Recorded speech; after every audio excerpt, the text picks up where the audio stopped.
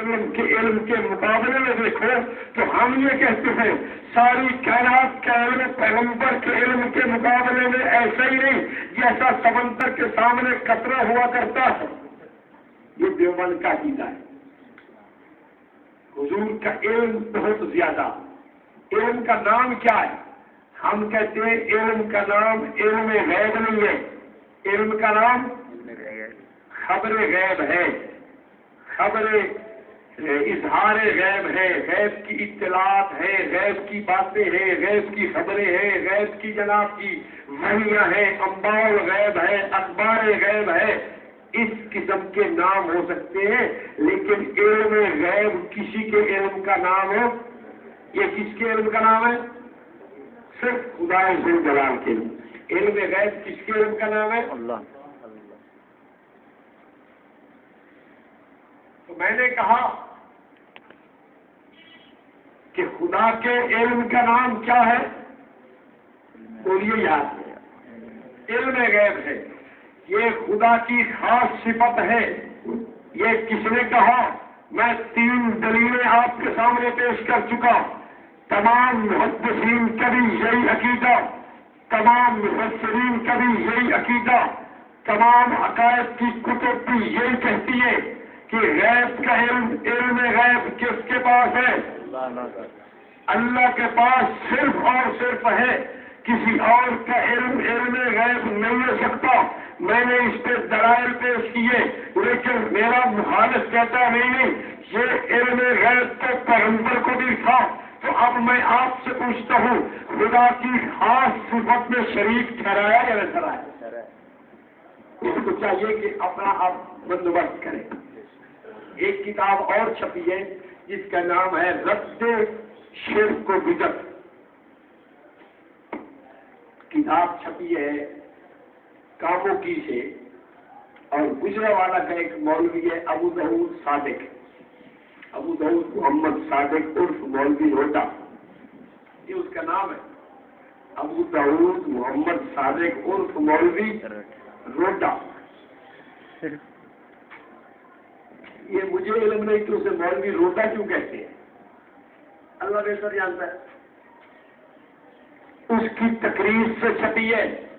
ایک مولوی منشا تابش قصوری ہے کاموکی کا, اس کی بھی تقریر ثبت ہے اس رد شرک و بدعت کے اندر. اور ایک کتاب ہے علم القرآن, یہ لکھنے والا گجرات کا عالم تھا مفتی احمد یار نعیمی اس کا نام ہے. اس نے بھی علم القرآن میں لکھا ہے کیا شرک اس وقت تک نہیں بنتا جب تک کہ کسی کو خدا کے برابر نہ سمجھو. کسی کو خدا سے کم سمجھتے رہو تو شرک نہیں بنتا. جب خدا کے برابر سمجھو گے تو شرک بن جائے گا. اس نے دلیل میں 2 آیتیں پیش کر دی. وَهُمْ بِرَبِّهِمْ يَعْدِلُونَ, وہ لوگ مشرکین بتوں کو خدا کے برابر سمجھتے تھے. اور ایک جگہ اور کہنے لگا اِذْ نُصَوِّيكُم بِرَبِّ الْعَالَمِينَ, کہنے لگا کہ مشرک کہیں گے ہم خدا ذوالجلال کے برابر بت سمجھتے تھے. تو شرک تب بنتا ہے جب خدا کے برابر مانا جائے. میں آپ کو وہ باتیں عرض کر رہا ہوں جو آج کل یہ تعریفیں کر رہے ہیں.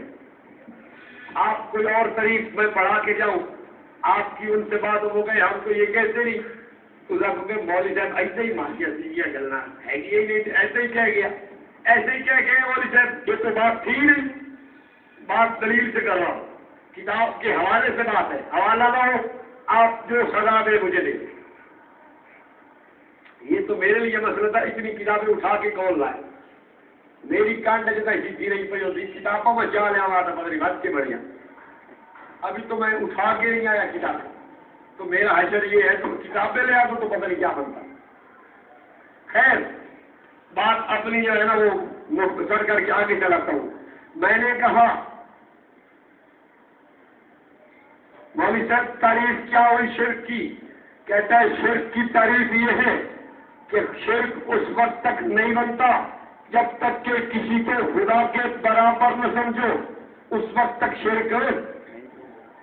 میں نے کہا سننے سے دیوبند کی بات بھی سنتا چلا جا, میں نے کہا تیرا ایک بزرگ ہے جس کو احمد سعید کاظمی کہتے ہیں، ملتان کا رہنے والا تھا، انوار العلوم کا بانی مبانی ہے، یہ بریلی شریف کا پڑھا ہوا ہے، پاکستان میں اس نے بہت بڑا مسلک اپنے کا کام کیا ہے، اس نے ایک کتاب لکھی ہے الطبیان مع البیان، جلد اول چھپی ہے، پہلے پارے کی تفسیر ہے، اس میں لکھا ہے کہ امام غازی نے کہا ہے، تمام مفسرین کا اتفاق ہے، دنیا میں کوئی بھی مشرک ایسا نہیں پیدا ہوا جو اپنے معبودان باطلہ کو خدا کے برابر سمجھتا ہو۔ میں نے کہا وہ کہہ رہا ہے کہ دنیا میں ایسا کوئی مشرک نہیں تھا جو خدا کے برابر بتوں کو سمجھتا ہو، خدا کے برابر بتوں کو۔ میں نے کہا تو کہہ رہا ہے کہ مشرک بت کو خدا کے برابر سمجھتے تھے، تیرے گھر کا بڑا کہہ رہا ہے کہ دنیا میں کوئی بھی مشرک نہیں آیا جو بت کو معبود اپنے کو خدا کے برابر سمجھتا ہو۔ میں نے کہا تیری دلیل تو اس نے توڑ دی۔ میں نے کہا میں تیرا چور سمجھ گیا ہوں، تیرے ذہن میں بات یہ تھی کہ میں یہ کہوں گا خدا کی ذات میں شریک ٹھہرانا، خدا کی صفات میں شریک ٹھہرانا یہ شرک بنتا ہے۔ دیوبندی ہمارے اوپر شرک کی بات فٹ کرے گا، اس لیے تم نے تعریف بدل لی کہ شرک وہ ہوتا ہے کہ جب کسی کو خدا کے برابر سمجھا جائے۔ ہم نبوت کو بھی خدا سے کم سمجھتے ہیں، ہم ولایت کو بھی خدا سے کم سمجھتے ہیں، ہم پیروں کو بھی خدا سے کم سمجھتے ہیں، اس لیے شرک کی بات ہم پہ نہیں آ سکتی۔ میں نے کہا نہیں بیٹا بچ نہیں سکتا، تو دیوبند کی یلغار کے سامنے ٹھہر نہیں سکے گا۔ میں دلیل وہ دوں گا جو تیرے گھر کے بڑے میں لکھی ہے کہ دنیا میں کوئی مشرک ایسا پیدا نہیں ہوا جو خدا کے برابر کسی کو سمجھتا ہو۔ تو بے شک خدا کے برابر نہ سمجھ تو تب بھی مشرک ہے، تو خدا سے کم سمجھ تو تب بھی مشرک ہے۔ بھول گی آپ کو بات یہ حال ان کے سوال رہنے لگے، یار بات کو یاد رکھو لے کر احمد سعید کاظمی نے لکھا کتاب کا نام طبیان مع البیان، جلد اول، پارہ پہلا۔